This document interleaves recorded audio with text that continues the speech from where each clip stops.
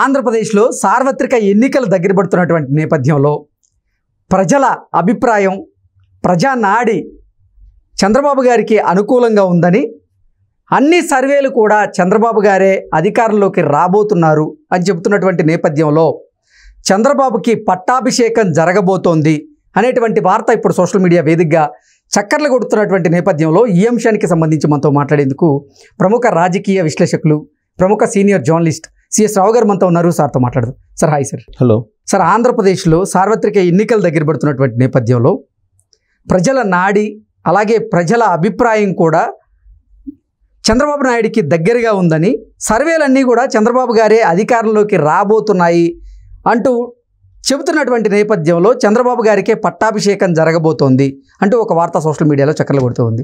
దీని మీద మీ విశ్లేషణ ఏంటి సార్?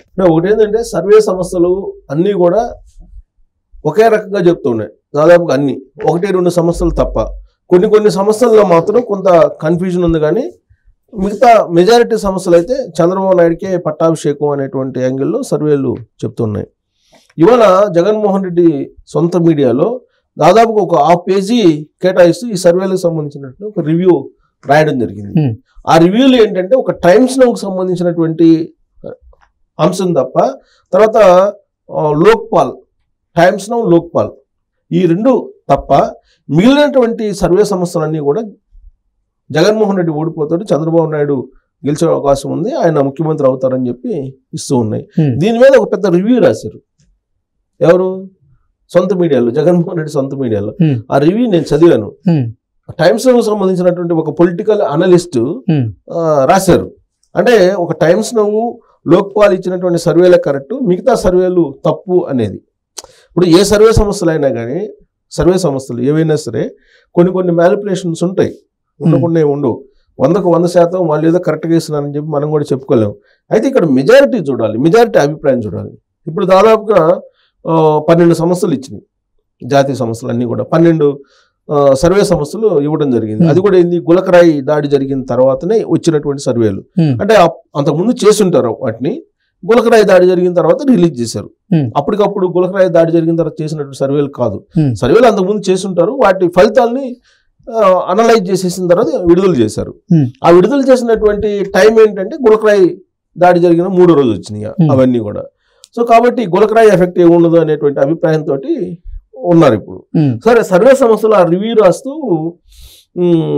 టైమ్స్ నౌ 23 లోక్సభ స్థానాలని వైఎస్ఆర్ కాంగ్రెస్ పార్టీ గెలుచుకునే అవకాశం ఉందని చెప్పి వాళ్ళు ఇచ్చినటువంటి సర్వే. దానికి కారణం ఏంటంటే పాజిటివ్ ఓట్ బ్యాంక్ ఉంది, జగన్మోహన్ రెడ్డి ఇచ్చేటువంటి పథకాలు కట్ అవుతాయి అనేటువంటి ఒక భయం ఉంది, జగన్మోహన్ రెడ్డి ఓడిస్తే అనేటువంటి ఒక కాన్సెప్ట్ రాసుకుంటూ వచ్చారు. వాస్తవంగా పాజిటివ్ ఓట్ బ్యాంక్ ఉంటే గనక జగన్మోహన్ రెడ్డి ఇంత కష్టపడాల్సిన అవసరం లేదుగా. ఇప్పుడు వాస్తవంగా ఆయన ఇంత పెద్ద ఎత్తున సభలు నిర్వహించి మార్కెటింగ్ చేస్తూ ప్రచారం చేస్తూ ఐప్యాక్ని పెట్టుకుని రకరకాల ప్రయోగాలు చేస్తూ పాజిటివ్ ఓట్ బ్యాంక్ ఉన్నప్పుడు 80 మందిని మార్చాల్సిన అవసరం ఏంది అభ్యర్థులను? అసలు 80 మంది అభ్యర్థులు మార్చాల్సిన అవసరం లేదు కదా, 80 మందిని మార్చాడు కదా. ప్లస్ అంత పాజిటివ్ ఓట్ బ్యాంక్ ఉంటే ఇప్పుడు పోటీ చేస్తానికి టికెట్లు అనౌన్స్ చేసినటువంటి వాళ్ళు కూడా, అంటే వాళ్ళకి టికెట్లు అనౌన్స్ చేసినటువంటి వాళ్ళు మీకు సీట్ ఇస్తాను బాబు మీరు పోటీ చేయండి అంటే కూడా పోటీ నుంచి తప్పుకోవడానికి రెడీగా ఉన్నారు కదా. ఇప్పుడు కూడా నోటిఫికేషన్ వస్తుంది, నామినేషన్ టైంలో కూడా మాకొద్దు మీ పార్టీ తరఫు నుంచి మేము పోటీ చేయలేము అని చెప్పి వైఎస్ఆర్ కాంగ్రెస్ పార్టీ వాళ్ళే కొంతమంది జగన్మోహన్ రెడ్డి దగ్గర మొరపెట్టుకున్నటువంటి పరిస్థితి ఉంది కదా. సో అలాంటప్పుడు పాజిటివ్ ఓట్ బ్యాంక్ ఎలా ఉంటుంది అసలు?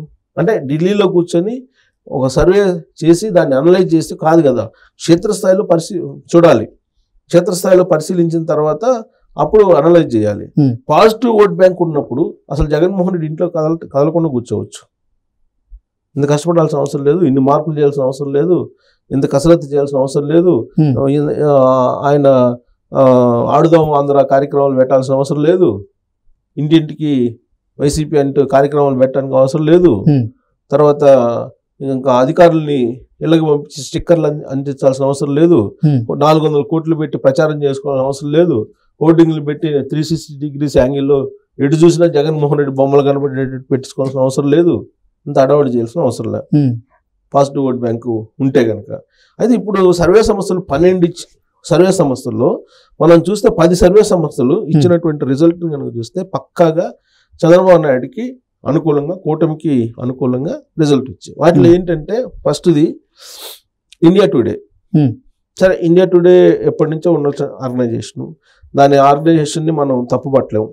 సరే, వాళ్ళు తప్పు ఇచ్చారా, కరెక్ట్ ఇచ్చారా, ఎంత కరెక్షన్స్ ఉంటాయి అనేది 1% 2% కరెక్షన్స్ ఎవరైనా ఇస్తుంటారు. సరే, వాళ్ళు ఇచ్చిన దాని ప్రకారం ఏంటంటే 17 లోక్సభ స్థానాలు గెలుచుకుంటుంది కూటమి అని చెప్పి ఇచ్చింది. 17. ఆ 17 లోక్సభ స్థానాలు వైఎస్ఆర్ కాంగ్రెస్ పార్టీ ఏమో 8 అని చెప్పి ఇచ్చింది. కూటమి 17, 8 ఏమో వైఎస్ఆర్ కాంగ్రెస్ పార్టీ అని ఇచ్చింది ఇండియా టుడే. తర్వాత సిఎన్ఎన్ న్యూస్, సిఎన్ఎన్ తెలుసు కదా అందరికి, international media CNN. So CNN కు సంబంధించి 18 ఇచ్చింది కూటమికి. 18 లోక్సభ స్థానాల్లో గెలిచే అవకాశం ఉందని చెప్పింది. 7 వైఎస్ఆర్ కాంగ్రెస్ పార్టీ గెలిచేటువంటి అవకాశం ఉందని చెప్పి ఇచ్చింది. మొత్తం 25 లోక్సభ స్థానాలు. ఈ 25 లోక్సభ స్థానాలకు గాను 18 ఏమో కూటమి, 7 ఏమో వైసీపీ గెలుస్తుందని ఇచ్చింది. ఇక ఇండియా టీవీ వచ్చేసి 17 లోక్సభ స్థానాల్లో కూటమి గెలుస్తుంది, 8 వైఎస్ఆర్ కాంగ్రెస్ పార్టీ గెలుస్తుందని చెప్పి ఇచ్చింది. ఏబీపీ న్యూస్ ఏకంగా 20 లోక్సభ స్థానాలని కూటమి గెలుస్తుందని చెప్పింది. 5 మాత్రమే వైసీపీ గెలిచే అవకాశం ఉందని చెప్పి ఇచ్చింది. న్యూస్ ఎక్స్ చూస్తే 18 కూటమి, 7 వైసీపీ గెలుస్తుందని ఇచ్చింది. తర్వాత జన్మత్ పోల్స్, ఇది 17, జన్మత్ పోల్స్కి వచ్చేసి 17 కూటమి, 8 వైసీపీ అని ఇచ్చింది. ఈ జన్మత్ పోల్స్ దగ్గర కొంత ఇది ఒక్కటే కొంచెం రివర్స్ లో మ్యానిపులేషన్ చేశారనేది ఒకటి అనిపిస్తుంది. ఇంకా స్కూల్ ఆఫ్ పాలిటిక్స్, ఇదైతే అసలు ఏకంగా 23 లోక్సభ స్థానాల్లో కూటమి గెలుస్తుందని చెప్పి ఇచ్చింది. కేవలం 2 మాత్రమే వైసీపీ గెలుస్తుందని చెప్పి అంచనా వేసింది. News of politics. ఇక పీపుల్స్ రైట్, ఇది కూడా 23 లోక్సభ స్థానాల్లో కూటమి గెలుస్తుంది, 2 మాత్రం వైసీపీ గెలుస్తుందని ఇచ్చింది. ఇక పైనీర్ పోల్ అంటే మనం రెగ్యులర్గా ప్రతి నెలలో కూడా వాళ్ళు విడుదల చేస్తున్నారు గత 3-4 నెలల నుంచి. వాళ్ళు ఇచ్చిన దాని ప్రకారం 18 లోక్సభ కూటమి గెలుస్తుంది, 7 వైసీపీ గెలుస్తుందని చెప్పి ఇచ్చింది. ఇండియా న్యూస్ 18 లోక్సభ గెలుస్తుంది కూటమి, 7 వైసీపీ గెలుస్తుందని చెప్పింది. జీ న్యూస్ 17 లోక్సభ గెలుస్తుంది కూటమి, 8 వైసీపీ గెలుస్తుందని చెప్పించింది. అంటే వీటిలో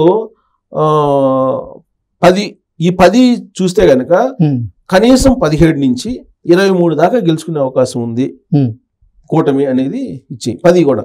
ఈ 10 సంస్థలు కనీసం 17 నుంచి 23, 17-23 మధ్యలో లోక్సభ స్థానాలను కూటమి గెలుచుకునే అవకాశం ఉందని చెప్పి ఇచ్చింది. అలాగే వైసీపీ కనీసం 2 నుంచి 8 స్థానాల వరకు గెలుచుకునే అవకాశం ఉందని చెప్పి ఈ సంస్థలు ఇచ్చినాయి. అంటే ఇప్పుడు మొత్తం 12 సంస్థలు రిలీజ్ చేసినాయి. ఈ 12 సంస్థలు 10 సంస్థలు ఈ రిజల్ట్ చెప్పింది. మనం 2 సంస్థలు నమ్మాలా, 12 సంస్థలు ఇచ్చింది నమ్మాలా? 12 సంస్థలకైతే రెప్యుటేషన్ ఉంది కదా, రెప్యుటేషన్ ఉన్న సంస్థలే కదా. ఆ 12లో 2 తీసేస్తే మిగతా 10 సంస్థలు ఆల్రెడీ 18 నుంచి 23 వరకు వస్తాయని చెప్పి చెప్తుంటే, 17 నుంచి 23 వరకు వచ్చే అవకాశం ఉంది కూటమికి అని చెప్తుంటే, రివర్స్ లో టైమ్స్ నౌ చెప్తుంది. ఆ టైమ్స్ నౌని బేస్ చేసుకుని ఒక పెద్ద ఆర్టికల్ వాళ్ళ సొంత మీడియాలో రాసుకోవడం జరిగింది. అంటే ఇక్కడ మన సర్వేలు పూర్తిగా 100% నమ్మడానికి లేదు, కానీ కాబట్టి మెజారిటీ సంస్థలు ఇచ్చినటువంటి దాన్ని మనం బేస్ చేసుకోవాలి.